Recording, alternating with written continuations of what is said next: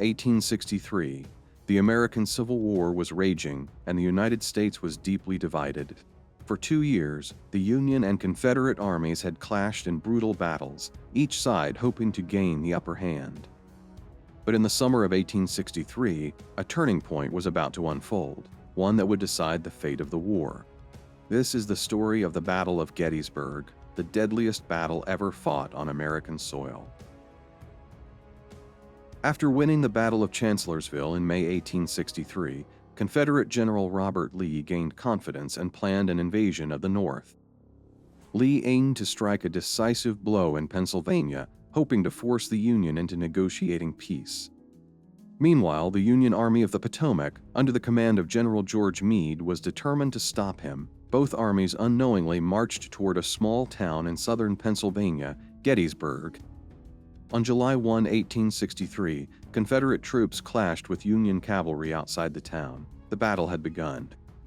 On the first day of battle, Confederate forces led by Generals Richard Ewell and Hill pushed Union troops back through the town.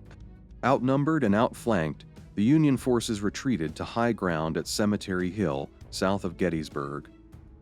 Despite their early success, the Confederates did not press their advantage.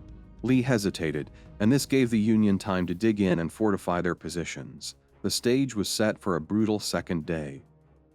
On July 2, 1863, Lee ordered massive assaults on the Union flanks. His plan was to break their lines and gain control of the high ground. Confederate General James Longstreet led the attack on the left flank, targeting key locations like Little Round Top, Devil's Den, and the wheat field. The fighting was fierce. At Little Round Top, Union Colonel Joshua Chamberlain and his 20th Maine Regiment made a legendary stand. Running low on ammunition, they fixed bayonets and charged down the hill, driving the Confederates back. On the right flank, Confederates attacked Culp's Hill and East Cemetery Hill, but Union forces held firm. Despite heavy casualties, the Union Army still controlled the battlefield by the end of the day. On July 3, 1863, Lee made a bold decision. He ordered a direct assault on the Union Center at Cemetery Ridge. This attack would be remembered as Pickett's Charge. Around 12,500 Confederate soldiers, led by General George Pickett, marched across an open field under heavy Union artillery and rifle fire.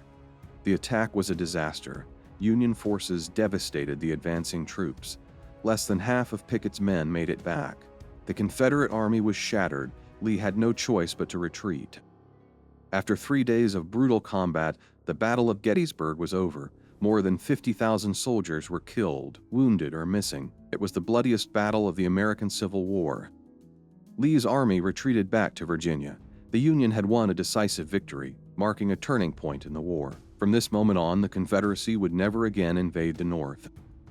4 months later, President Abraham Lincoln delivered his famous Gettysburg Address, honoring the fallen and redefining the war's purpose.